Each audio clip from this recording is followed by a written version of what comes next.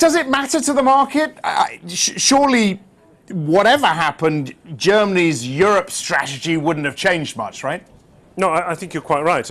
In terms of the time it's taking to forge a coalition, it's taken us quite a while, I suppose, almost 3 weeks to get to this point where the CDU under Chancellor Merkel and the left of centre SPD have finally agreed to begin formal negotiations, and they are hopeful that they will form a government before the end of the year. But as you say, whether it would be a grand coalition between the centre-left and the centre-right, or a continuation of the former arrangement with the CDU and the FDP, we don't think that would signal much in the way of a major shift in German European policy. One could argue that under both instances, you would still need market pressure to be brought to bear in order for Germany to agree to more Europe. In fact, you could argue that German politicians need the pretext of market tensions, of market pressure, in order to sell the concept of liability sharing to their electorate.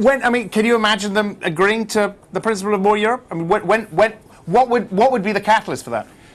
Well, you would need additional pressure to be brought upon the market, as I say. We've long maintained that it's not a question of will the crisis get worse before it gets better, but it must get worse before it gets better, because it's only when these tensions increase that politicians across core Europe feel sufficiently incentivized to move further towards liability sharing. As we have seen, tensions have abated significantly since the middle of last year, when Draghi pledged to do whatever it takes. He helped price out systemic risk in Europe. Since then, we've had a very positive global liquidity backdrop, with central banks around the world pumping in stimulus, which has further ensured that tensions have remained absent from the European market. So until such tensions return, I think that further progress towards liability sharing will prove elusive. What do you like right now? What are you buying in the periphery?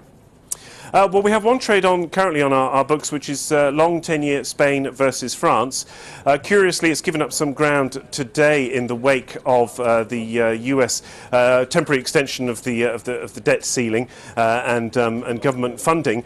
Going forward, though, we think that the global liquidity outlook remains very much constructive, because the US agreement on the budget on the debt ceiling front is certainly simply just kicking the can down the road. The drag, the halter this represents on growth in terms of dampening consumer and business confidence, as long as this fiscal uncertainty remains unresolved. That should continue. The Fed is unlikely to begin tapering this year. We don't think they'll begin tapering until March next year at the very earliest, which should be positive for risk in general and positive for peripherals. And hopefully this Spanish spread versus France will perform near term.